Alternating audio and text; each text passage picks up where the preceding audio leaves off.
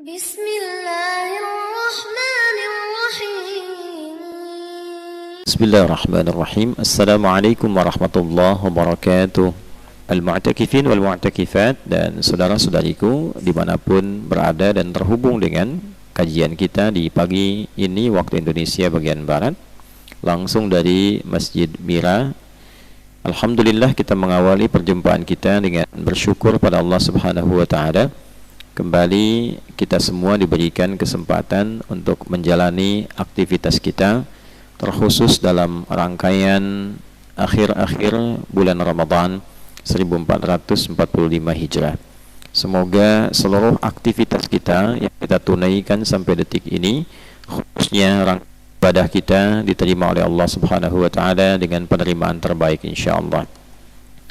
Kemudian kita insyaallah di pagi hari ini akan melanjutkan kajian khusus pembahasan pendalaman pada ayat-ayat Al-Quran, atau yang biasa diistilahkan dengan tafsir Al-Quran.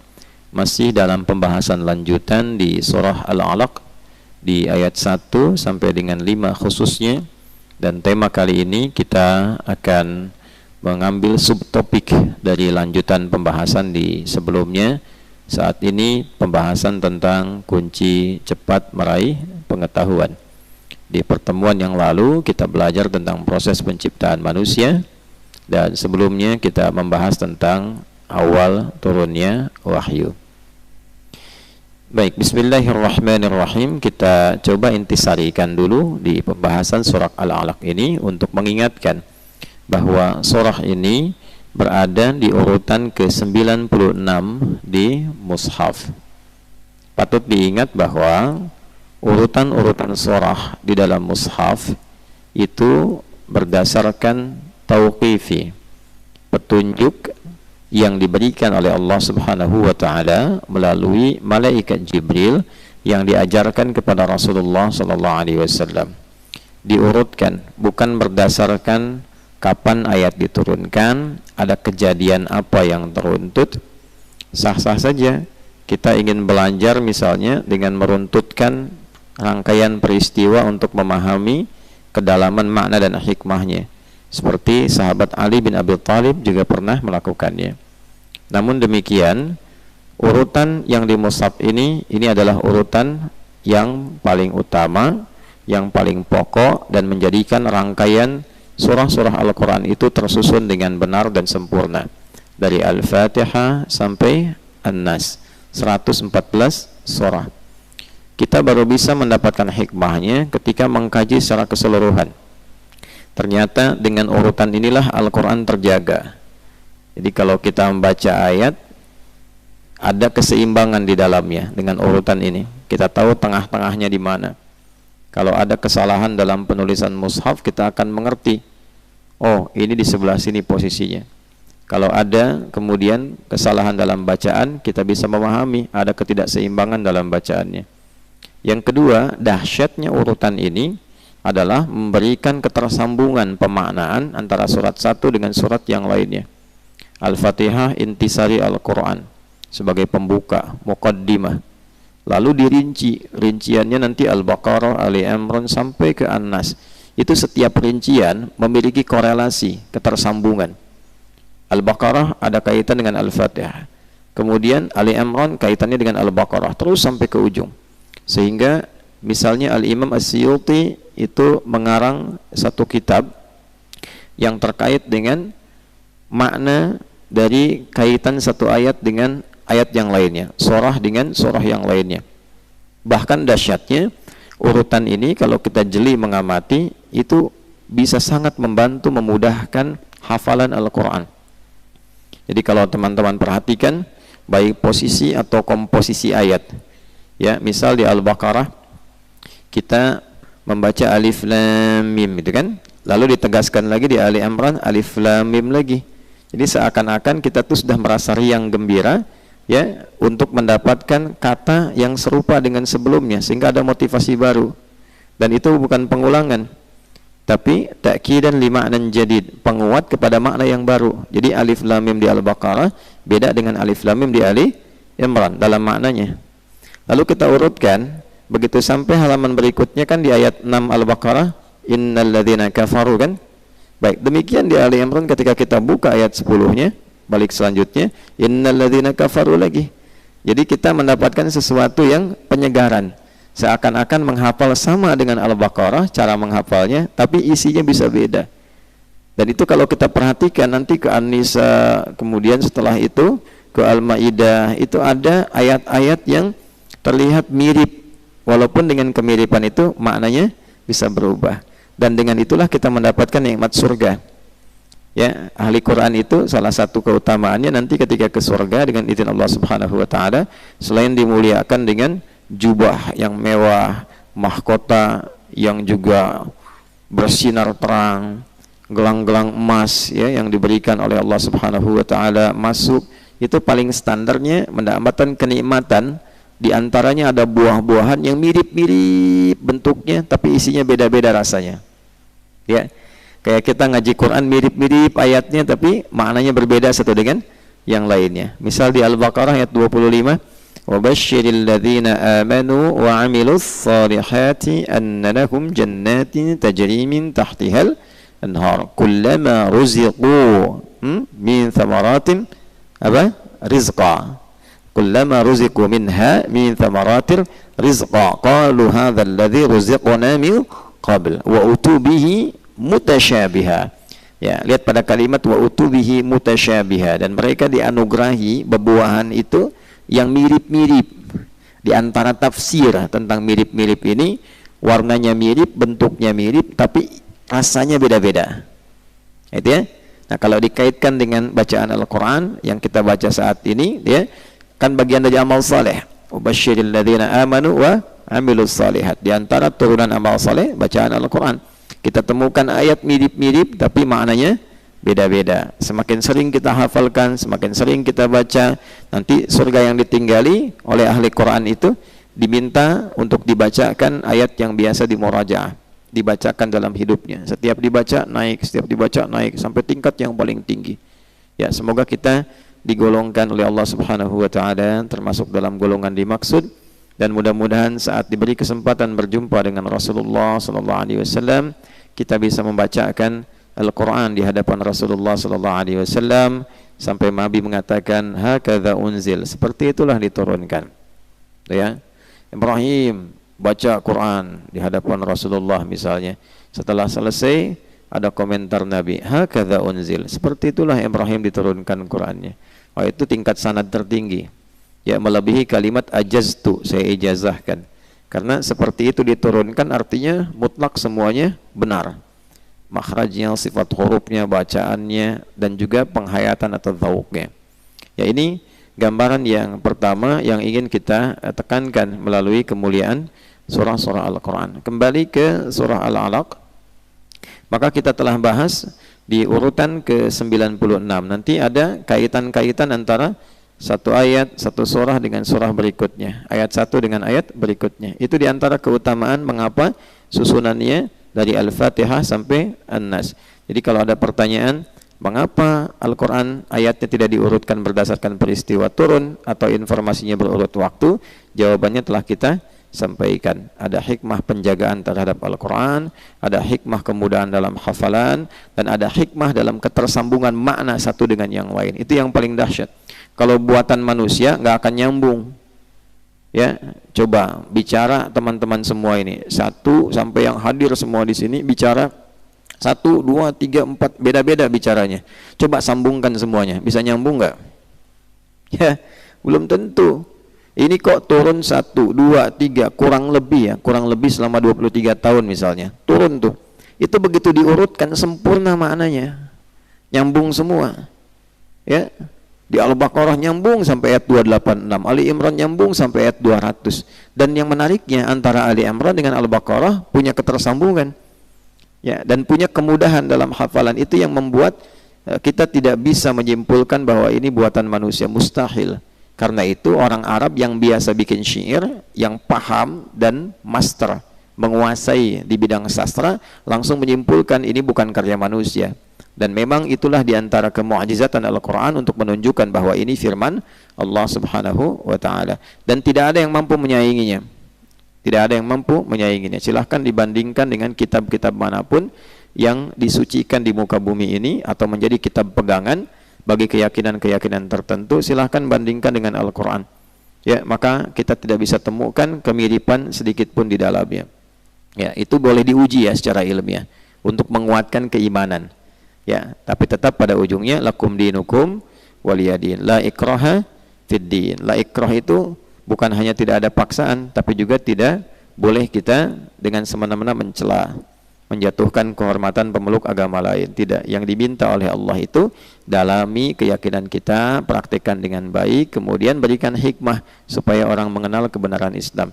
Ya, wadzakir innama anta mudzakir. Fadzakir, maka ingatkan diri kita kepada Allah, ingatkan orang lain dengan kebaikan. Innama anta mudzakir, kita pengingat, lasta alaihim bimusaitir, bukan penguasa yang ingin menguasai setiap orang sesuai keinginan kita. Tidak.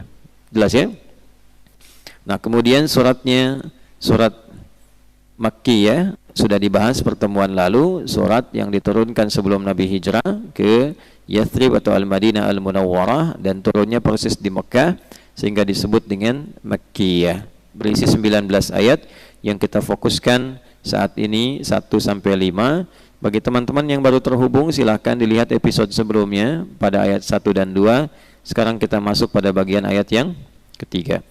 Tidak menghalangi kita untuk membacakan dari awal untuk menyambungkan. Baik. A'udzu billahi minasyaitonir rajim. Bismillahirrahmanirrahim. Iqra bismi rabbikal ladzi khalaq. Khalaqal insana min 'alaq. Iqra wa rabbukal akram. Nah, ini ayat ketiga yang akan kita dalami. Ini kalau saya sedikit ke belakang menyandar, ini untuk menyesuaikan konektivitas wifi dalam mikrofon ya, supaya bisa lebih optimal suaranya. Jadi kalau kita agak ke depan, jaringannya tidak terlalu terjangkau baik, jadi nanti putus-putus ya. Daripada seperti layangan putus nanti dikejar-kejar, lebih baik kita menyesuaikan diri. Bismillahirrahmanirrahim. Iqra, Muhammad sallallahu alaihi wasallam, bacalah. Wa rabbukal akram, sedangkan Rabbmu yang merawat, memberikan perhatian, memenuhi kebutuhan, memberikan segala yang kau butuhkan sesuai dengan maslahat, ialah Rabb yang paling mulia, yang paling agung, yang paling utama. Nah, kurang lebih terjemah dasarnya seperti itu. Iqra, Muhammad SAW, bacalah. Iqra itu termasuk fi'il amr. Fi'il amr itu kata perintah. Kata kerja dasarnya qara'a. Qara'a, membaca.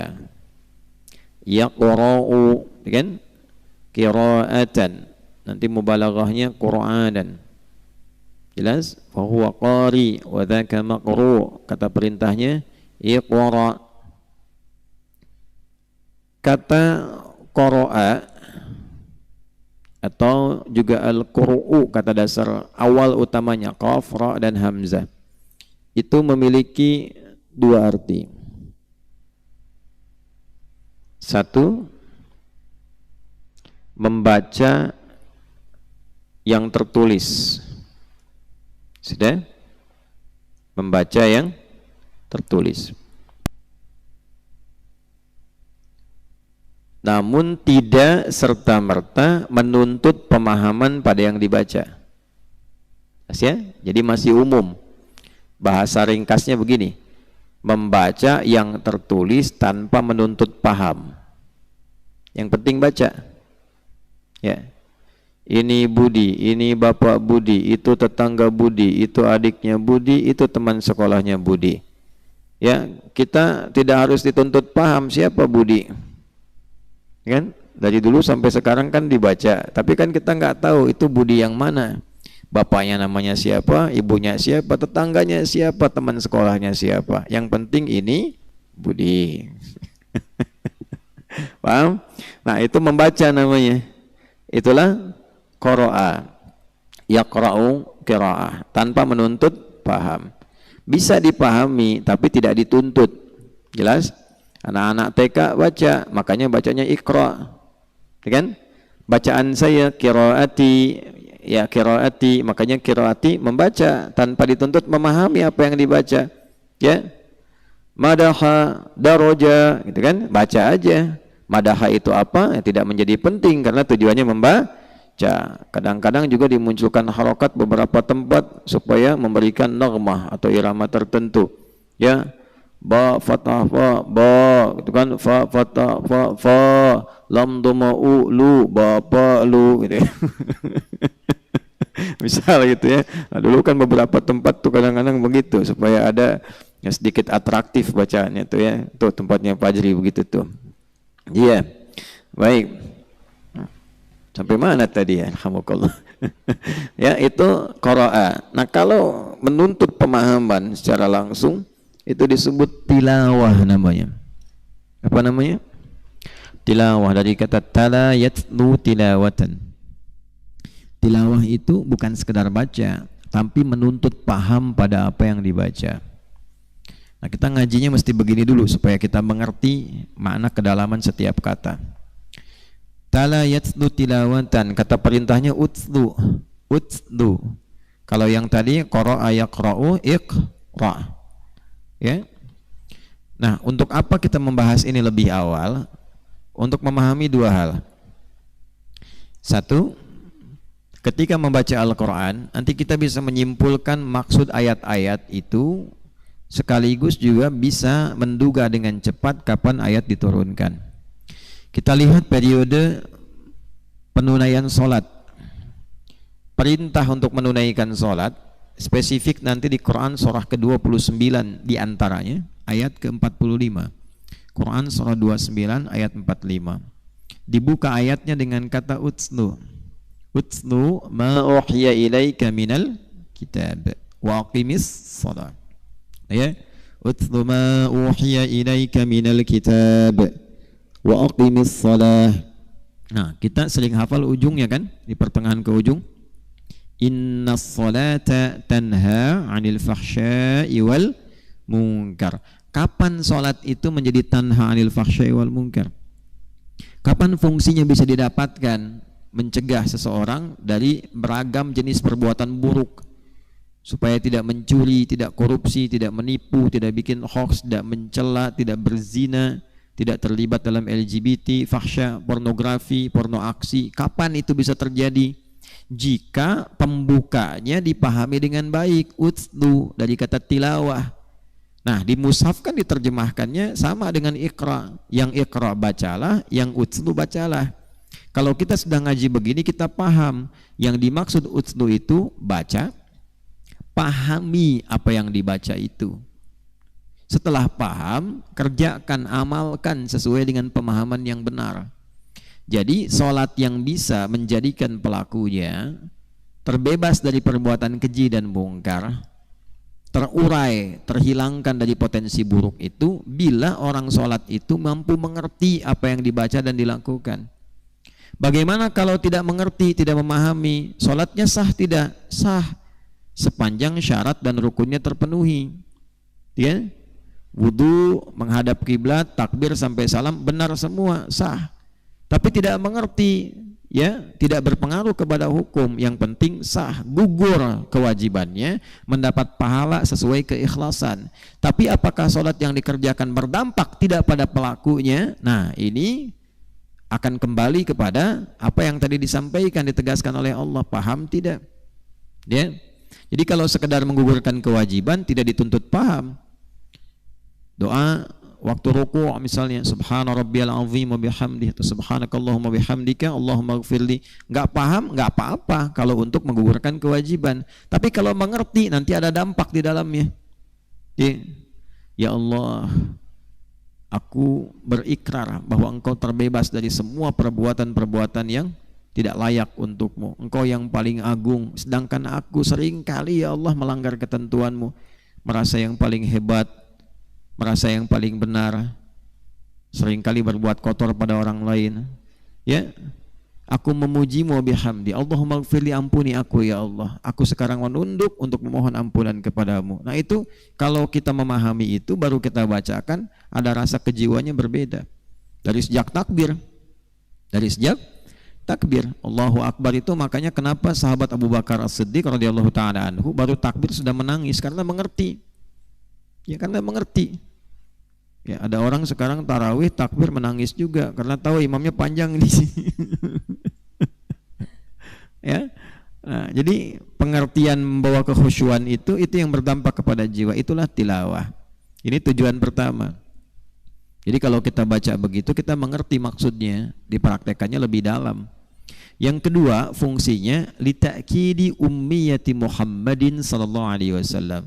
Untuk menguatkan bahwa Nabi itu memang ummi sifatnya, seperti saat dilahirkan ibunya, nggak bisa baca apalagi paham. Karena itu ayat pertama yang turun bunyinya bukan utslu tapi iqra. Tuh, detilnya pilihan kata dalam Al-Quran.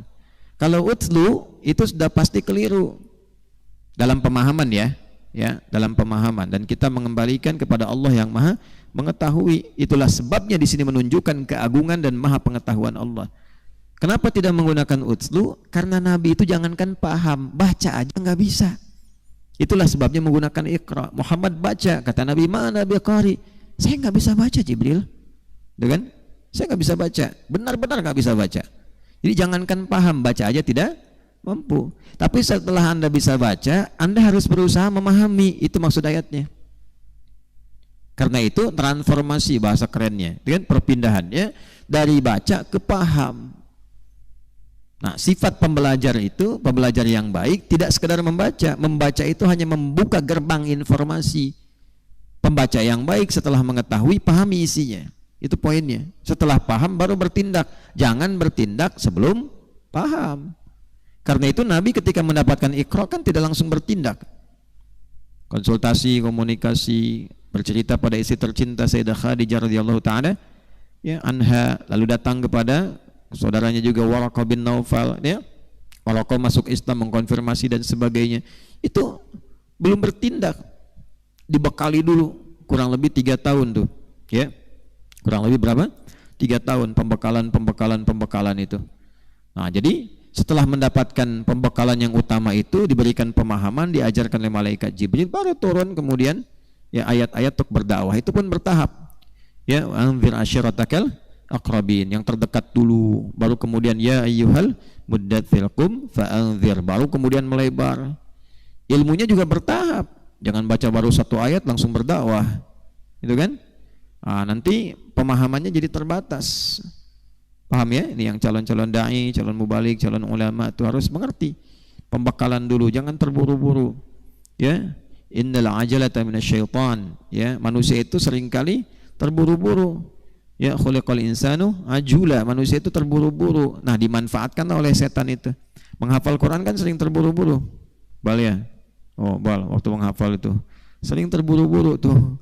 Ya, pengen cepat sehingga lisan itu tidak sempurna mengucapkan hak-hak setiap huruf. Ya, baik makhrajnya ataupun sifatnya. Itu kembali iqra di sini menggunakan kata iqra, yang berarti apa? Baca, sebagai gerbang pengetahuan. Saya jelaskan di awal perjumpaan, jadi yang baru tersambung, khususnya teman-teman, dimohon mengkaji dulu pada episode yang pertama supaya ada ketersambungan dan tidak mengulang kembali. Ya, jadi iqra ini diturunkan periode awal pembekalan kepada Nabi SAW. Iqra bismi rabbikal ladzi khalaq, dengan cepat Muhammad SAW bacalah. Bukan karena engkau tidak pernah membaca, bukan karena engkau tidak punya guru, bukan karena engkau tidak pernah masuk sekolah, tapi bacalah, ikuti bacaan yang disampaikan Jibril. Bismi rabbik, dengan mengagungkan Rabbmu yang telah merawatmu, memberikan perhatian dan memberikan kemudahan pada segala hal untukmu.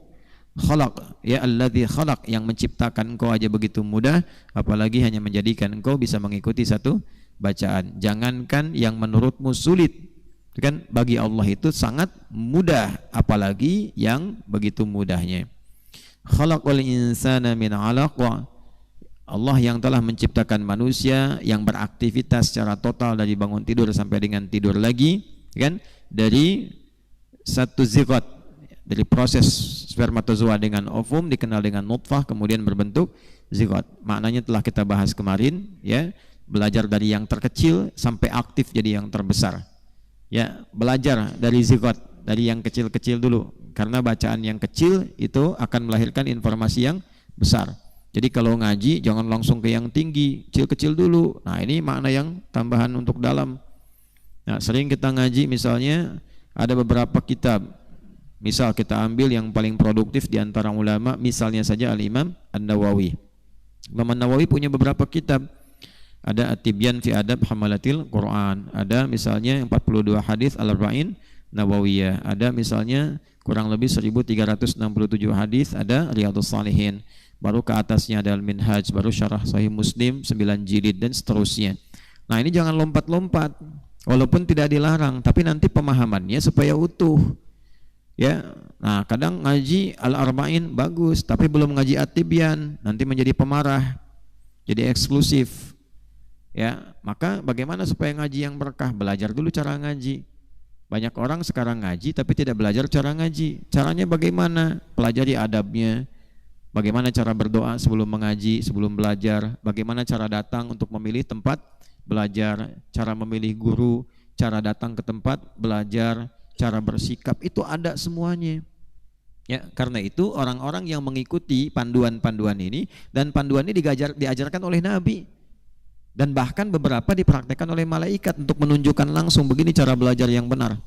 Ya, nah itu setelah ditampilkan diungkap kembali nanti sinopsisnya, intisarinya oleh Imam Nawawi dalam Al-Arba'in. Misalnya, ya, misal setelah bab niat itu kan tentang hadis Jibril kan, ya, iman, Islam dan ihsan gitu. Kan itu pembukanya, pembuka kalimatnya, informasinya adalah bagaimana tentang mendatangi majelis ilmu. Ya. Haddatsana qala an Abi Hafs Umar bin Al-Khattab radhiyallahu ta'ala anhu bainama nahnu julusun عند رسول الله صلى الله عليه وسلم اطلع علينا رجل شديد بياض الثياب شديد سواد الشعر لا يرى عليه أثر السفر ولا يعرفه منا أحد فجلس إلى النبي صلى الله عليه وسلم فأسند ركبتيه إلى ركبتيه ووضع كفيه على فخذيه فقال يا محمد أخبرني عن الإسلام. Itu sampai ke wada kafayhi ala fakhidaihi itulah adab itu. Baru setelah adab datang ilmu. Nah, kalau langsung ke ilmu, jadi nanti biasanya resikonya kurang adab. Ya, apalagi bila baca satu halaman yang dibaca sebetulnya 100. Baru baca halaman 1, belum baca halaman 2, sudah memberi fatwa. Nah, itu masalah. Begitu masuk halaman 2 diralat yang halaman 1. Ya. Nanti masuk halaman 3, halaman 1 2 diralat. Gitu ya. Nah, kenapa? Karena tadi lupa adab belum diikuti. Bainama nahnu julusun 'inda Rasulillah sallallahu alaihi wasallam, itu kata Umar tatkala kami sedang duduk-duduk santai bersama Rasulullah sallallahu alaihi wasallam. Bainama ketemu julus jadi santai. Tapi menggunakan kata julus bukan qu'ud. Umar tidak mengatakan bainama nahnu qu'udun, itulah fasihnya Umar. Umar itu fasih, banyak sekali hafal syair-syair dari masa jahiliyah. Ya. Julus itu dari kata jalasa, berpindah dari rendah kepada ya tinggi. Lawannya qu'ada, pindah dari tinggi ke rendah. Sifatnya qu'ud. Makanya kalau kita tidak mampu menunaikan sholat berdiri, duduk menggunakan qu'ud. Perhatikan diksi Al-Quran begitu luar biasa detail dan presisi. Bahasa sekarang tepat, akurat. Ya. فَإِذَا قَضَيْتُمُ الصَّلَاةَ فَاذْكُرُوا اللَّهَ قِيَامًا وَقُعُودًا, bukan julusan. الَّذِينَ يَذْكُرُونَ اللَّهَ قِيَامًا وَقُعُودًا, gak bisa berdiri, duduk. Kalau julus pindah rendah ke tinggi. Kita sekarang duduk di karpet, diminta pindah ke kursi yang tinggi. Maka orang Arab mengatakan tafaddal julus, pindah tempat, naik ke atas. Ya.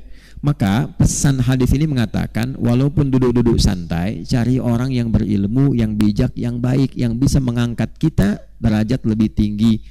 Ngangkat ilmu kita, nambahin ilmu, ngangkat akhlak kita, ngangkat keimanan kita, ngangkat kekhusyuan kita. Cari orang soleh yang begitu.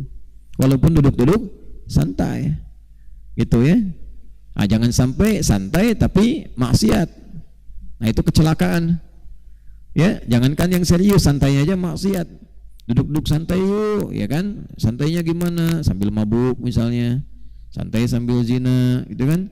Nah, santai sambil mengerjakan maksiat, nah itu celaka. Maka tipikal orang beriman itu, apalagi penuntut ilmu yang sedang serius-serius belajar ini, ya jangan terlalu serius. Tapi keseriusannya melahirkan pengetahuan. Jangan terlalu serius itu maksudnya begini, pada hal-hal tertentu butuh santai, tapi santai yang bermanfaat. Serius terus, bisa konslet juga. Ya, kadang butuh diskusi yang santai, bisa ngobrol. Nabi ngobrol dengan sahabatnya sampai tersenyum. Ya, ada tertawa, ada kurang lebih 165 canda Nabi itu. Ngobrol-ngobrol sampai sahabat tertawa atau Nabi yang tertawa karena cerita-cerita sahabat. Nabi, Anda kok tertawa juga, bercanda juga? Iya, tapi canda saya tidak dusta. Nah, itu tuh. Ya, nasabnya stand up comedy itu. Ya, stand up comedy boleh nggak bercanda? Boleh, tapi jangan dusta. Mengarang sesuatu hanya untuk orang tertawa. Gitu kan? Nah, di Islam tuh ketatnya begitu supaya ada manfaat, maksudnya begitu, supaya ada manfaat. Jelas sampai sini? Baik ya. Nah, kemudian itu dari yang kecil. Baca, urutkan. Nanti dari At-Tibyan misalnya masuk baru ya Al-Arba'in. Arba'in baru Riyadhus Shalihin. Naik ke atas. Biasanya kalau langsung begitu kajian untuk menguatkan hati, memantapkan jiwa, ya dan seterusnya, bahasanya macam-macam lah kan. Nah, boleh saja, cuma nanti kalau adabnya tidak digali, apalagi yang pemula misalnya, para pengaji amatir, pemula maksudnya, datang untuk mulai mengaji. Nah, kalau belum kenal apa-apa masih kosong, masa ustadz, kalian calon-calon ustadz bertanggung jawab, memberikan jalan yang benar. Ya, diberikan jalannya dulu, setelah tahu jalannya baru diisi. Ya, kalau nanti diisi baru langsung diberikan, apalagi hadisnya langsung atau ayatnya langsung, ayat-ayat yang sifatnya mendoktrin. Doktrin itu menanamkan sesuatu dengan kuat. Ya, tapi belum dikasih jalan, belum diterangkan. Nah, itu biasanya membentuk karakteristik yang kaku dan keras. Ya, kaku dan keras. Dan kalau keras ditempatkan pada tempatnya bagus. Asyiddau 'alal kuffar, rahamau bainahum. Keras pada penyimpangan yang dilarang oleh agama. Ya, dengan kesepakatan itu, kesepakatan para ulama, bukan ikhtilaf ulama. Nah, maka apa yang terjadi? Hal demikian mesti dilakukan. Keras pada penyimpangan misalnya, ya apa di antara penyimpangannya? Misal itu kan ada beberapa hal-hal yang pandangannya bisa merusak. Nah, kita tegas sesuai dengan porsinya. Kalau ada yang berpendapat semua agama sama, menuju pada Tuhan yang sama, cuman caranya beda-beda, kita tegas dengan pemikiran secara intelektual, bukan datang bola golok, tidak benar tuh, jangan. Porsinya disesuaikan. Ya, dalam Islam sudah jelas, qul huwallahu, tegas bahwa prinsip dalam kehidupan udah tinggalin. Waqad nazzala 'alaikum fil kitabi an idza sami'tum ayatillahi yukfaru biha wa yustahza'u biha fala taq'udu ma'ahum hatta yakhudu fi haditsin ghairi innakum idzam mithluhum innallaha jami'ul munafiqina wal kafirina fi jahannam jami'a. Nah, itu sifat tegasnya. Kalau ngaji Quran begitu. Yang keluarnya An-Nisa ayat 140 sesuai dengan sifatnya. Ini apa? Pernyataan kontroversial. Udah kata Al-Quran, kalau sudah tahu ini menyimpang, udah tinggalin aja. Jangan mengeluarkan energi pada yang tercela. Mencela yang tercela itu buang-buang energi. Gitu ya? Tinggalin. Kalau ditinggalkan tidak ada peminatnya, tidak ada pendengar, tidak ada penontonnya, ratingnya langsung hancur. Kalau ratingnya sudah turun, sudah ntar hilang sendiri. Karena Nabi sudah menyampaikan nanti satu masa itu akan banyak sekali orang-orang yang cari perhatian lewat kontroversi. Ya, dan di antara yang disampaikan itu adalah konten-konten tentang agama, tapi disimpangkan. Kalau dengar seperti itu, kata Allah, udah kamu tinggalin aja sampai dia berpikir ini salah perbuatan. Saya bicara kok nggak ada teman, saya bicara tidak ada penyimak, gitu kan? Sekolah tinggi-tinggi cuma untuk menyimpang, kan kasihan. Kita tinggalkan, begitu ditinggalkan dia mikir hatta yakhudu fi haditsin ghairi, sampai dia sadar kembali lagi innakum idzam mithluhum. Kalau difasilitasi, disimak, dibalas, seneng. Orang kontroversi itu kalau dibahas seneng karena yang dicari itu butuh perhatian. Ya, butuh perhatian. Bahkan sekarang di era industri ini menjadi bagian dari pencarian nafkah yang haram. Nah, saya tegaskan kalimat haramnya gitu. Ya, jadi mencari konten untuk mencela demi mendapatkan pendapatan. Nah itu yang sangat berbahaya. Masa-masa ini akan aktif dan kita sudah memahami itu sejak jauh-jauh hari. Makanya caranya elegan. Allah langsung yang bimbing kita, tinggalin aja. Udah gak usah dibalas, tinggalin aja gitu. Memang pengennya dibalas, begitu dibalas makin rame. Ya, dia orang senang dengan keramaian. Nah, itu masa-masa yang memang butuh kita itu mengerti dengan tahapan-tahapan. Nah, dia belajar tuh dari yang terkecil sampai yang menengah sampai yang tertinggi. Tempatkan antara yang sudah pasti dengan yang khilaf di antara ulama. Kalau sudah paham, itu cara meresponnya pun elegan. Yang sudah pasti misalnya kan qul huwallahu ahad pasti, sudah selesai. Salat subuh 2 rakaat pasti. Udah. Itu nggak usah banyak didebat, jangan diulik-ulik lagi. Mengapa salat subuh 2 rakaat? Itu nggak ada kerjaan. Karena sifatnya sudah pasti. Ya. Tapi yang kemudian ada ikhtilaf, ada khilaf di antara ulama, perbedaan pandangan karena ada nas, ketentuan dalil yang memberikan peluang untuk kenyamanan. Misal masalah kunut gitu kan. Masalah kunut, Al-Fatihah apakah bismillahnya dibaca jahar atau sir atau tiba dibaca sama sekali. Aspek-aspek kenyamanan, peristiwa sesuai situasi kondisi. Ada yang mungkin memilih kunut, ada yang tidak. Nah, dalam memandangi khilaf ini penting kebijaksanaan. Oh, dia begitu karena ada dalilnya begini. Dia memilih ini karena ada dalilnya. Nah, inilah pentingnya kita bersikap dengan proporsional. Kita menghormati. Itulah pentingnya belajar. Kalau nggak bertahap kayak gini, ya khalaqal insana min alaq, bukan dari alaq, dari yang terkecil langsung kepada yang insan yang terbesarnya kita belajar tanpa tahu ini, nanti repot. Ya, yang kunut mencela yang tidak kunut mencela yang kunut. Akhirnya dua-duanya tidak ke masjid. Ya, yang paling fatal yang tidak sholat subuh. Saya menghindari perdebatan karena itu tidak perlu sholat subuh. Nah, ini yang celaka. Ya, kenapa tidak ke masjid? Bingung Pak. Saya ke situ kunut dicela, tidak kunut dicela. Ya sudah, saya di rumah saja. Akhirnya hilang keutamaan masjid. Inilah fikih. Ya, nanti banyak sekali babnya, banyak sekali. Dari masalah ibadah sampai muamalah sampai bab zina. Zinatun itu hiasan kehidupan. Ya. Zinatun beda dengan zina lain, ya, baca zina dengan zinatun itu beda. Hiasan kehidupan itu seperti misalnya apalagi hukum musik gitu kan, alat-alat dan sebagainya. Nah, itu masuk nanti ada khilaf. Ada yang mengharamkan secara mutlak, ada yang membolehkan dengan syarat, masing-masing punya dalil. Ya, kalau kemudian memilih yang saya pengen yang ketat, mengharamkan, ya sudah, pribadi menjauhi, tidak mendekati, pilih yang lain, tapi juga memberikan toleransi pada orang-orang yang mungkin memberikan syarat-syarat tertentu di dalamnya. Boleh dengan syarat, dalilnya ini, ditempatkannya begini, jangan berbuat seperti ini. Masing-masing punya dalil dan setiap itu bertanggung jawab di hadapan Allah. Jangan sampai ada yang berpendapat begini, ada dalilnya, kemudian mencela. Nah, lalu yang paling menarik itu begini, kita berlindung kepada Allah supaya dijaga dari yang demikian. Sama-sama saudara. Ya, masa disamakan dengan setan, berlindung kepada Allah dari godaan setan yang terkutuk, kan nggak mungkin. Ya, nah itu penting, itulah pentingnya ngaji. Jadi kita nggak punya beban di hadapan Allah. Ya, misal Anda mengamalkan kunut, tapi mencela yang tidak kunut misalnya, atau sebaliknya, yang tidak kunut mencela yang kunut, itu ruginya fatal. Baru dapat pahala langsung hilang. Kan gitu di hadis Muslimnya. Tukhadhu hadza min hasanati wa hadza min hasanati. Kalau ada orang sholat mencela orang lain, itu pahala sholatnya diberikan kepada yang dicela. Ya. Lantas kita nggak usah sholat aja Ustadz. Nah, itulah lebih fatal lagi. Sudah tidak dicela, tidak sholat, nggak dapat apa-apa. Ya. Nah, itu pahala yang memang harus kita ketahui akan hilang jika berbuat sesuatu yang buruk. Paham sampai sini?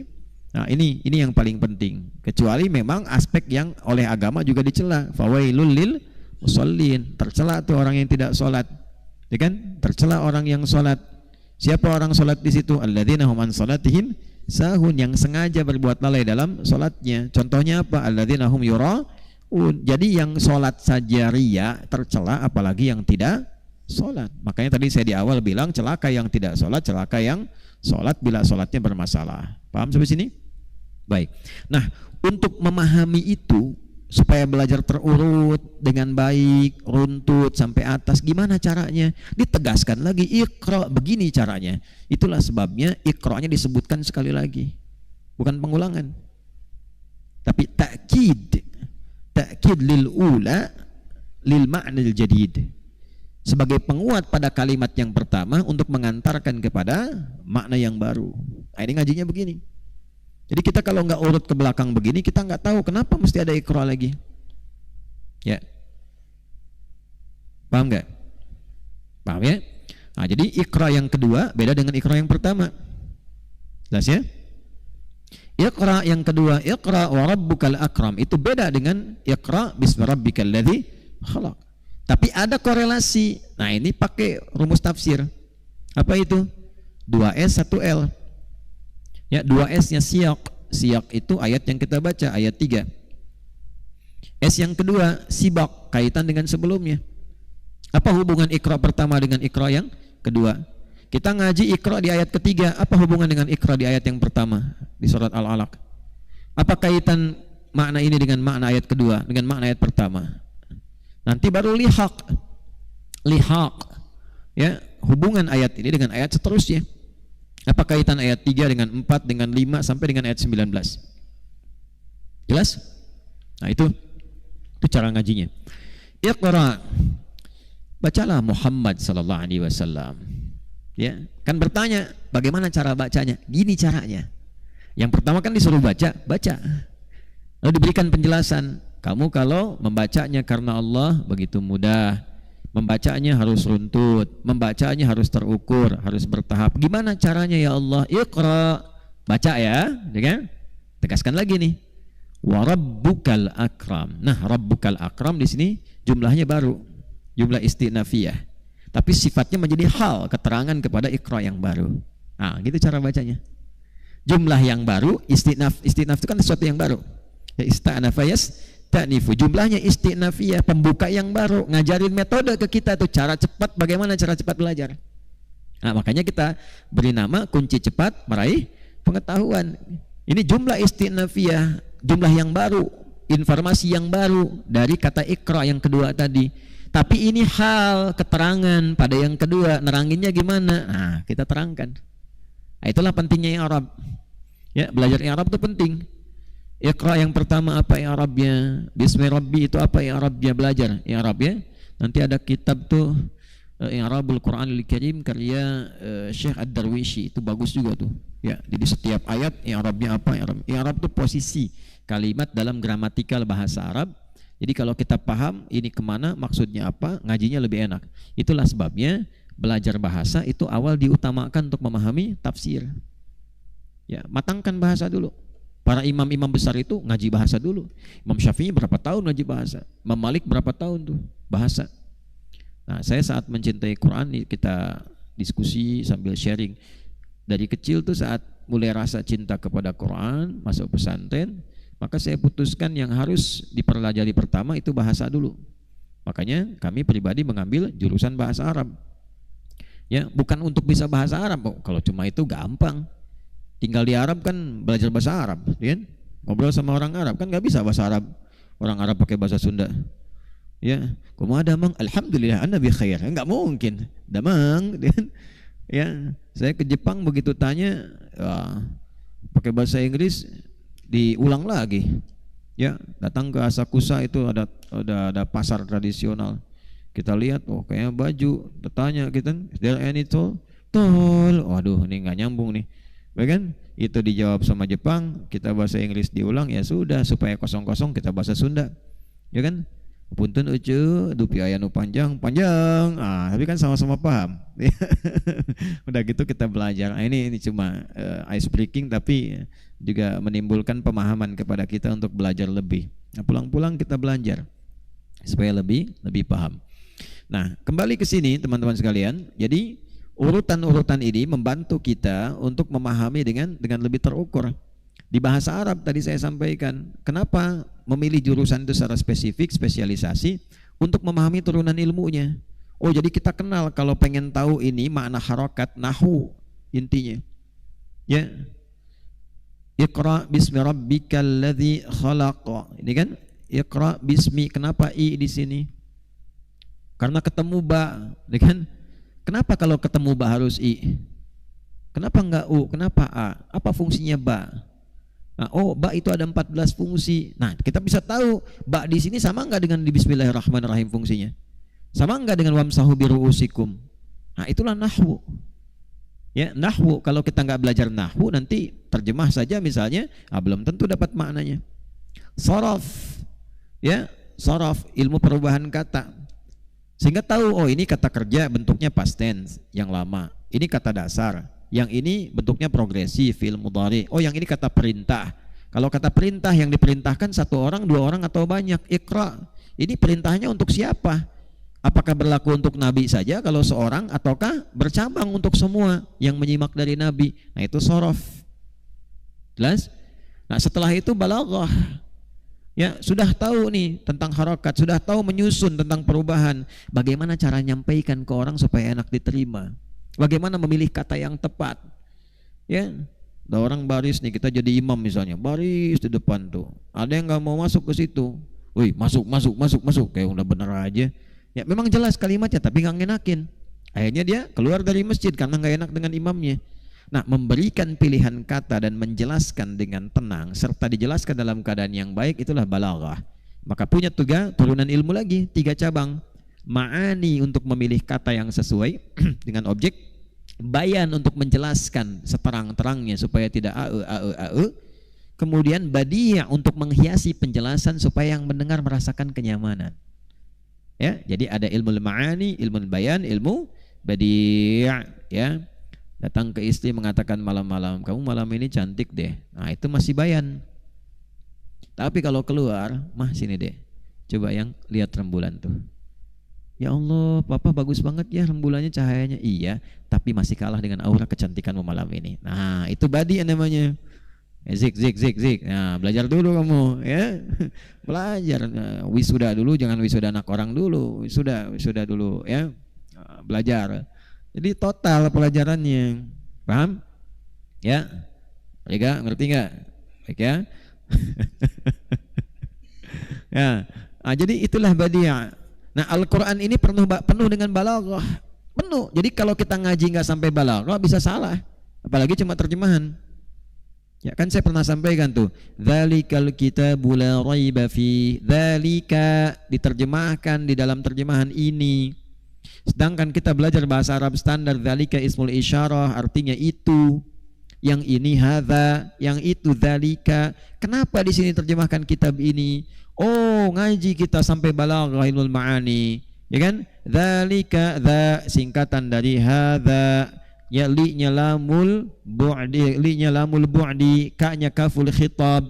Li lamul bu'di menunjukkan yang jauh, kaful khitab menunjuk pada yang diajak bicara.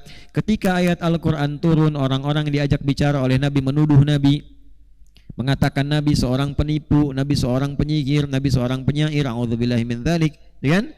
Maka turun langsung pembelaan dari Allah. Al-Qur'an ini yang diturunkan pada Muhammad SAW li jauh dari apa yang kamu tuduhkan, dari apa yang kamu katakan, dari apa yang kamu celakkan. La raiba fi. Mengapa menggunakan kata raib bukan syak? Karena raib punya 3 arti. Tidak ada keraguan. 1, tidak ada tuduhan. 2, tidak ada pembuktian. 3, la hujjata wala hajjata wala syakka fi. Itu maknanya. Nah, itulah ma'ani. Ya, kalian nuduh tanpa bukti. Itu kan ragu-ragu tanpa bukti. Udah ragu nuduh lagi, sudah nggak punya bukti nuduh, ragu nggak punya bukti nuduh. Kalian tuh siapa? Muka lu jauh katanya, dzalika gitu ya. Nah gitu cara ngajinya. Jadi kalau kita paham begitu tuh ngerti, ya paham nggak? Gitu. Al-Quran jauh dari apa yang kau bayangkan, bukan seperti yang kamu pikirkan. Kalau masih ragu juga, coba bikin seperti Quran. Katanya rekayasa Muhammad manusia, kamu manusia, coba bikin seperti itu. Karena itu saat masuk ayat 23 sampai 24 raibnya disebut lagi, wa in kuntum fi raibim mimma nazzalna ala abdina fa'tu suratim min mithli. Raibnya disebut lagi. Nah, ngajinya begitu. Jauh tuh. Nah, kalau kita cara ngaji begitu bertahap, pelan-pelan, masuk tuh barang tuh. Ya, terukur. Pemahaman komplit.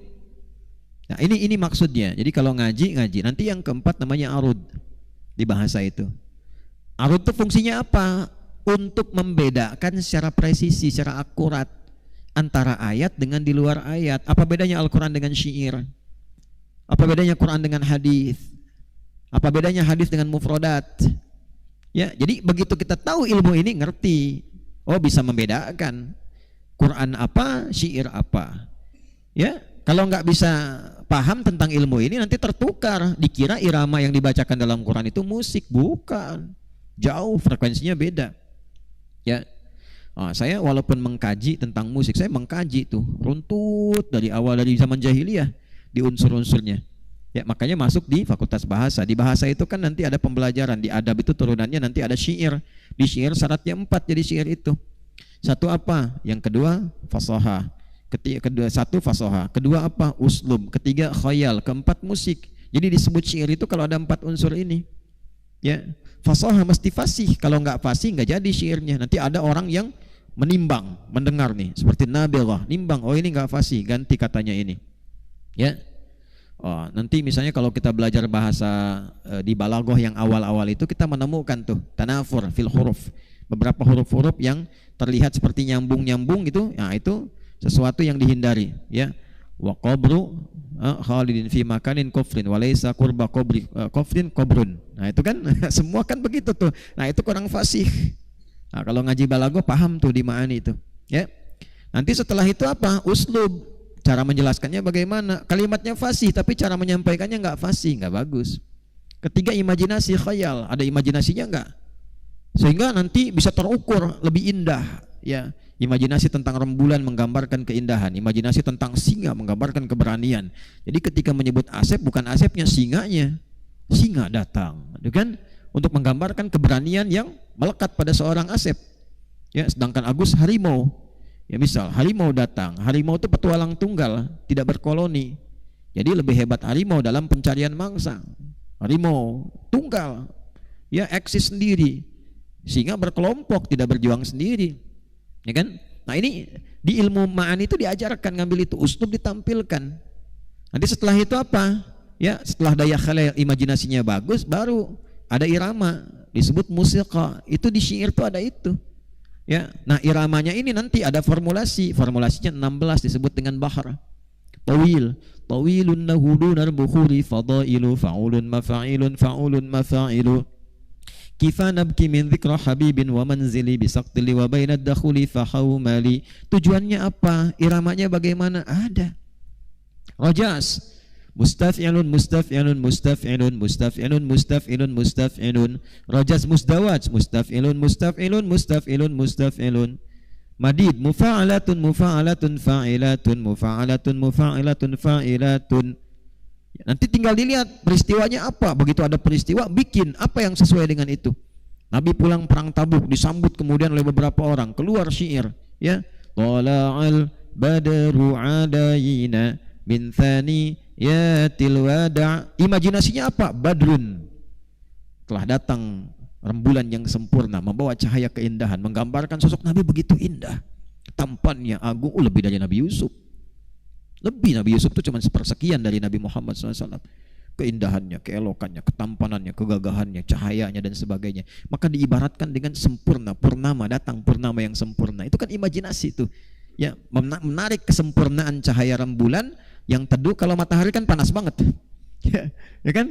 Nah, ini diambilnya bulan, indah, elok, ya kan? Ternikmati. Tola'al badru, datang nih. Tola'a, pakai tola'a bukan ata. Tola'a itu kan terbit begini, karena lihat dari jauh, jauh datang kayak rembulan datang, ya kan? Moonrise itu terbit, datang, masya Allah, pakai ala bukan ila. Ala menunjukkan kelekatan. Masya Allah, rembulan purnama datang yang sangat indah, membawa kelembutan akhlak, kemuliaan tutur dan, ya, kenyamanan dalam berkehidupan, menenangkan jiwa kita, akan datang kepada kita seakan-akan jadi milik kita. Itu kalau kita paham ilmu arud itu, ngerti, waduh, luar biasa indah. Min thaniyatil wada wajib syukru alaina, ya, mada'alillah, tidak wajib kita syukuri, belum tentu dapat lagi ditempatkan ke kita, bukan yang lain. Nah, itu keindahannya. Nah, jadi kalau kita ngaji begitu dapat paham, jelas. Nah, ini contohnya. Nah, ada yang dilarang, ya, ketika diterapkan pada aspek yang tidak baik. Makanya nanti syair-syair itu banyak sekali. Misal untuk memuji, madah, untuk semangat, hamasah di perjuangan. Tapi ada khusus yang nyusun itu untuk mabuk-mabuk, namanya khamriyat. Ya, hayyam bina ilal khamri nuskina, fawailul lil musallina wa laysa lana lil muskirina. Ayo kita mabuk-mabukan dengan aneka ragam mirasantika. Neraka wel itu untuk yang salat, bukan untuk yang mabuk-mabukan. Karena Allah berfirman wailul lil musallin, bukan wailul lil muskirin. Ada yang nyeleneh begitu, ada dari dulu udah ada. Fawailul lil musallin, ayatnya nggak dia terusin. Jadi pemotong ayat, pembegal ayat tuh ada dari dulu. Bukan cuma sekarang motong-motong ayat sesuai keinginan, dari dulu ada. Ya, afara'aita man ittakhadha ilahahu hawa. Pernah enggak kau saksikan orang yang ingin memenuhi kebutuhan nafsunya dengan cara apa? Salah satunya motong-motong ayat, pembegal ayat Quran. Korupsi ayat itu ada. Nah, itu pertanggungjawabannya lebih berat itu. Lebih berat. Nah, itu ngaji begitu tuh enak gitu kalau kita dalam itu 1, 2. Nah, makanya yang Ghazaliyat ada. Ghazaliyat tuh untuk rayu-rayu supaya berzina. Ada banyak sekali. Itu ahdafus syi'ri nanti atau dawafi'us syi'ri. Motivasi orang membuat syair apa? Nah, dari motivasi itulah kemudian memberikan hukum. Ngajinya begitu.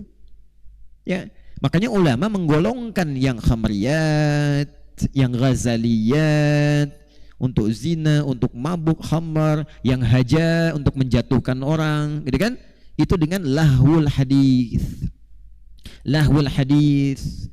Ya, lahwul hadis, malhiyat, sesuatu yang sia-sia, sesuatu yang tercela, sesuatu yang tidak ada manfaatnya, itu lahwan namanya. Maka turunlah kemudian di surat Luqman, wa minan nasi may yashtari lahwal hadits liyudilla an sabilillah. Baca ayatnya dengan lengkap. Ada orang ya yang mengeluarkan kata-kata enggak bermanfaat dengan iringan irama-irama, enggak ada manfaatnya, banyak maksiatnya, liyudilla an sabilillah, supaya membuat orang tersesat, jauh dari hukum Allah. Komentarlah Ibnu Abbas, itu yang dimaksud musik. Musiknya yang mana? Yang tadi kategori khamriyat, yang kategori apa lagi? Ghazaliyat, haja dan turunan-turunannya. Ya, tapi seperti Hasan bin Thabit masuk ke mana? Illal ladzina amanu, Asy-Syu'ara itu yang ayat 227. Ya. Orang-orang yang beriman yang mengkreasikan syair-syair rumus-rumus tadi menjadi apa? Menjadi kebaikan. Ya. Nanti oleh para ulama irama tadi diambil lagi untuk apa? Bikin nazam. Nazamnya buat apa? Bukan buat joget-joget, bukan buat lirik yang aneh-aneh. Ghazaliyat, cinta satu malam, nih juga Ghazaliyat tuh. Ya, misalnya kan ada salah liriknya, ini udah salah. Nah, jelas hukumnya apa? Ya hukumnya haram. Ya, tapi kalau kita mengambil yang baik-baik seperti nazam alfiyah, kan rumusnya dari rojaz. Rojaznya apa? Muzdawaj. Mustaf'ilun, mustaf'ilun, mustaf'ilun, mustaf'ilun. Ya, pakai irama boleh, boleh saja di ujung. Qala Muhammadun huwa ibnu Maliki Ahmadu Rabbilah khaira Maliki. Kan udah diajarin ya. Coba kita hafal kan? Nah, 1, 2, 3. Qala Muhammadun huwa ibnu Maliki Ahmadu Rabbilah khaira Maliki musalliyan ala nabiyil Mustafa wa alihil mustakmilina syarafa wa asta'inullaha fi alfiyah maqasidun nahwi biha mahwiyatu qarnibul aqsa bil lafdin mujazi wa tabsutul badha bi wa'din munjazi wa taqtadi ridan bi ghairi sukhtin fa'iqatan alfiyata bani mu'ti wa huwa bisabkun haizun tafdila mustawjibun thana'iyal jamila wallahu yaqdi bihibatin wa fi radhi wa lahu fi darajatil akhirah. Masuk alamuna lafdhun mufidun kastaqim wasmun wa fi'lun thumma arfunil kalim. Contoh haram hukumnya. Gimana haram? Nah, itu belajar nahwu disusun yang disusun ulama, alfiyah nyebar sampai sekarang dari pondok pesantren sampai kampus di Timur Tengah belajar itu. Dan susunannya menggunakan nazam. Nazamnya 4 unsur. Bahkan ada tambahan yang kelima yaitu akhlak. Nah, di Islam begitu. Jadi muslim beneran itu mencari sesuatu berubah menjadi baik, ya kan? Merubah yang tidak baik menjadi baik. Ini tidak baik, tapi ada potensi baiknya, maka yang tidak baiknya dibuang, ambil alatnya, jadikan yang baik. Ketika itu ditinggalkan, diambil oleh Barat, Islam mulai mundur nih umat Islamnya. di Iberia, di Andalusia. 1492 jadi masalah. Khazanahnya diambil ke barat. Saat dikembangkan di Persia menjadi notasi, jadi dari ilmu arud jadi notasi. Dal ro mim fa sod lam sin dal do re mi fa sol la si do, kan? Itu notasinya dikembangkan dari nilai keislaman arud jadi notasi ke Persia. Jadi alat-alat tuh. Tapi alat-alat itu seringkali digunakan pada yang kurang baik. Ya, seperti ada petikan gitar dahulu ya, itu digunakannya pada yang khamriyat, pada aspek lahu, sehingga ulama langsung nyimpulkan ya haram tuh kalau dipakai begitu tuh, kan tempat-tempat seperti itu. Ya, tapi sisi lain banyak yang masih pakai rebana untuk madah, yang ada pernikahan pakai itu dan sebagainya. Komentarnya masih positif. Ketika diambil oleh barat diterapkan konotasi tambahan, dikembangkan lagi secara detail. Ya, contoh C D E F G A B C D E F G D E F G A B C D A B C D E F G A F G A B C dis E B C dis E F G I B F G I B C dis I F dis I F G I B C. Jadi gitar kunci A minor, A mayor, kunci F, kunci G, judi treng gitu. Nah, itu kan jadi melodi, jadi macam-macam tuh. Saya nggak bisa karena saya bukan bidangnya dan nggak terlalu suka juga. Tapi kalau untuk hukum harus belajar sampai detil sehingga paham hukumnya. Gitu. Muncullah genre-genre seperti sekarang. Gampang hukuminnya. Standarnya aja tahu yang mana. Oh, ini menyimpang seperti jahiliyah dulu. Ini bikin mabok, coret. Ini bikin zina, coret. Ini bikin goyangan-goyangan berlebihan macam-macam sehingga bisa merusak akhlak dan adab, coret. Ya. Yang bagus-bagus mana? Sholawat. Ya kan? Lagu-lagu yang mendekatkan kepada Allah. Tapi kalau sudah dengan Quran, cukupkan Quran supaya frekuensinya sudah sempurna di Quran. Jelas? Nah itu. Tapi kan untuk belajar coba matan jazairiyah kan, ya pakai apa coba itu? Pakai nazam juga, ya. Matan jazairi itu pakai nazam bacanya. Kemudian Alfiyah Suyuti di hadis pakai nazam. Nah itu pakai syair di dalamnya ada rumusan. Nah itu mesti begitu bijak. Nah itulah belajar dari yang rendah ke yang tinggi terurut. Nah, mempercepatnya bagaimana? Iqra, baca, wa rabbukal akram. Kembali lagi, harus yakin pada Allah yang mulia.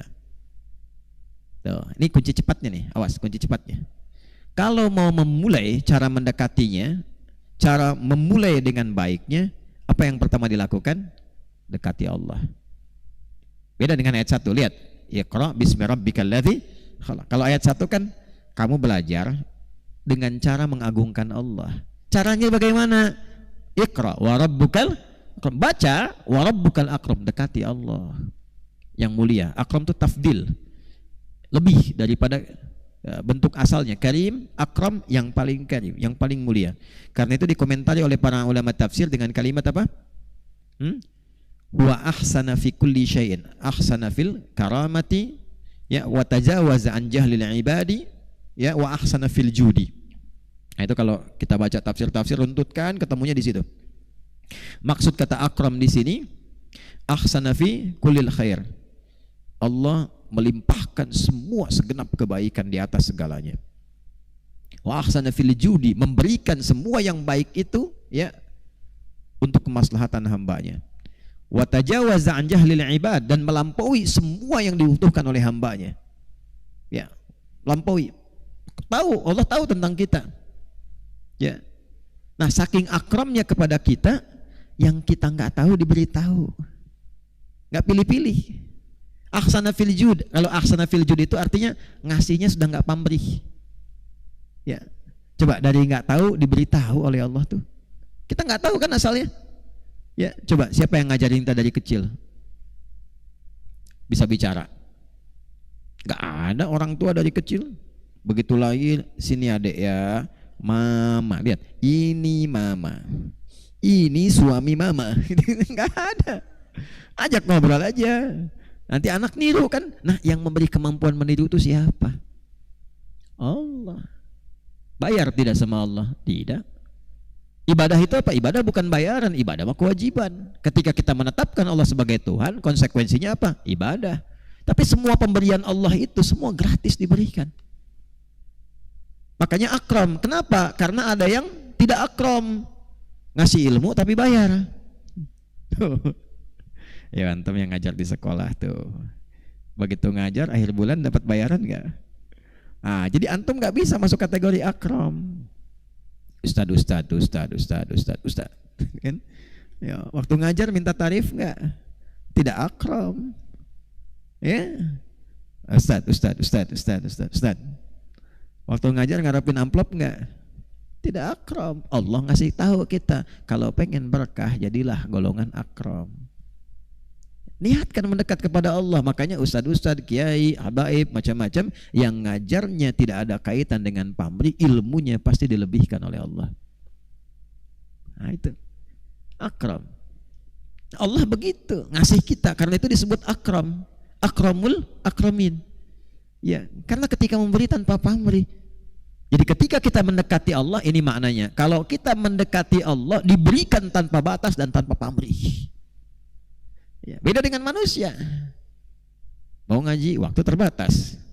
Kan nggak mungkin diketok jam 2 malam. Ya kan? Ya kan? Ada orang gila belajar, ya kan? Ada yang belajarnya gila. Ada yang emang gila tuh. Gitu kan? Gila belajar, setiap waktu dipelajari. Belajarnya gila, apa aja dibaca. Ya kan? Jam 2 ngetuk ustadz supaya pengen belajar, gila tuh. Nah, ini contoh ya, contoh aja gitu. Ya, gambarannya apa? Gambarannya manusia itu maksudnya terbatas. Selalu akan terbatas. Allah nggak ada batasnya. La ta'khudhu sinatun wala, kapan aja minta dikasih. Gitu. Nah, makanya disebut apa? Wa rabbukal akram, Allah yang paling mulia, nggak punya batas dalam pemberian. Secara singkat, jika ingin belajar diberikan wawasan yang luas, pengetahuan mendalam, dekati Allah. Dekati siapa? Allah. Jadi pembelajar yang baik itu, yang muslim itu, yang pertama adalah mendekati Allah dulu, yang memberi tanpa batas. Dekati dulu Allahnya sebelum baca kitab. Dekati Allah sebelum ngaji, dekati Allah sebelum melakukan apapun dalam pembelajaran. Nah, cara mendekati Allah itu rumusnya disebut takwa. Apa namanya? Takwa. Salat bagian dari takwa. Dzalikal kitabul la raiba fihi hudal lil muttaqin alladzina yu'minuna bil ghaib wa yuqimunas shalah. Tuh, siapa muttaqin di situ? Alladzina yu'minuna bil ghaibi wa yuqimunas shalah. Salat pakai iman. Iman itu kan yakin sama Allah. Ya, jadi ketika yakin sama Allah, yakin, dibuktikan, dekati salat. Wa mimma razaqnahum infak. Infak itu wasilah. Imam Nawawi Al-Bantani sebelum ngaji infak dulu. Infak. Apa aja pokoknya bisa dilakukan dan diniatkan. Saya tidak ingin melihat aib guru saya. Jadi semua yang tampak dari gurunya ilmu, aibnya hilang. Karena manusia itu nggak ada yang sempurna, pasti ada aibnya. Ya, lagi ngajar ngupil misalnya kan, yang dicek upilnya, bukan ilmunya. Ya, udah dapat ilmu segajah, kok yang kena upil, ya kan? Ya, lagi ngajar garuk-garuk guru, yang disebarkan garuk-garuknya, difoto ceklik, ya, guruku memang wah, tapi garuk-garuk juga, gitu, misal. Nah itu kan masanya sekarang begitu. Ada yang belum ngaji, sudah menilai. Nah ini yang repot, nggak pernah ketemu, nggak pernah belajar, lihat bid'ah. Nah ini yang repot. Ya, maka sifat-sifat tadi mesti kita turunkan dengan baik. Karena itulah kemudian iqra wa rabbukal akram, dekati Allah. Ya. Tadi dengan wasilah macam-macam. Punya harta, sedekah. Supaya apa? Dapat ilmu. Punya tenaga, salat, baca Quran. Untuk mendekati siapa? Allah. Itulah takwa. Nah, ini yang diringkas kemudian rahasianya diberikan oleh Allah di Quran surah kedua Al-Baqarah di akhir ayat 282. Ayat terpanjang yang ada dalam Al-Quran, ilmu paling rumit yang diterapkan. Ujungnya apa? Wattaqullah wa yu'allimukumullah. Ya, Wallahu bikulli syai'in alim. Ujungnya pakai alim. Wattaqullah. Tingkatkan takwamu kepada Allah. Kalau engkau tingkatkan wa yu'allimukumullah, Allah ajarkan, bukan cuma ditambah, diajarkan padamu pengetahuan. Pengajaran yang diberikan oleh Allah itulah yang disebut laduni. Ya, bil ladunna ilma, di surat Al-Kahf tiap pekan kita baca itu. Tuh. Jelas ya? Diajarin. Ya, kalau masih kurang yakin, wallahu bikulli syai'in alim. Aku tuh Maha tahu dengan segala hal, kata Allah. Makanya kenapa letak jadi ayat yang terpanjang? Kalau cara menghafal ayat itu mendekati Allah dulu, jadi pendek tuh ayat. Itu maksudnya. Kenapa ilmunya paling susah tuh? Di akuntansi, perpaduan, pencatatan macam-macam. Kalau dekati Allah aku mudahkan. Itu di Quran tuh selalu ada kode-kode tuh. Ya, selalu ada isyarat-isyarat. Nah, kita bisa ketemu itu kalau kita mencoba mencintai Quran. Menghafal dengan cara yang benar, bukan cuma ingin hafal. Kalau cuma hafal, beo juga bisa. Ajarin beo tuh, bismillah, bismillah, bismillah, bismillah. Lewat tuh tukang donat, tetot, tetot, tetot, tetot. Itu. Nah, semua dilihat kan, suka nengokin semua hal, nengokin orang. Ada orang lihat, makanya Suneo suka nengokin orang. Ya, jelas? Halo, jelas? Halo. Ya, kurang lebih demikian. Iqra wa rabbukal akram. Iqra di sini taukid, iqra di sini apa? Taukid kepada iqra sebelumnya. Wa rabbukal akram jumlah istinaf. Jika ingin mendapatkan pengetahuan yang dalam dan baru, maka cobalah dekati Rabbmu yang mulia, yang memberi tanpa batas, yang melimpahkan pengetahuan tanpa celah. Dekati Allah dengan apa? Takwa. Nah, itu kurang lebih korelasi antara ayat 3 dengan ayat 2 dengan ayat yang pertama, dan nanti akan tersambung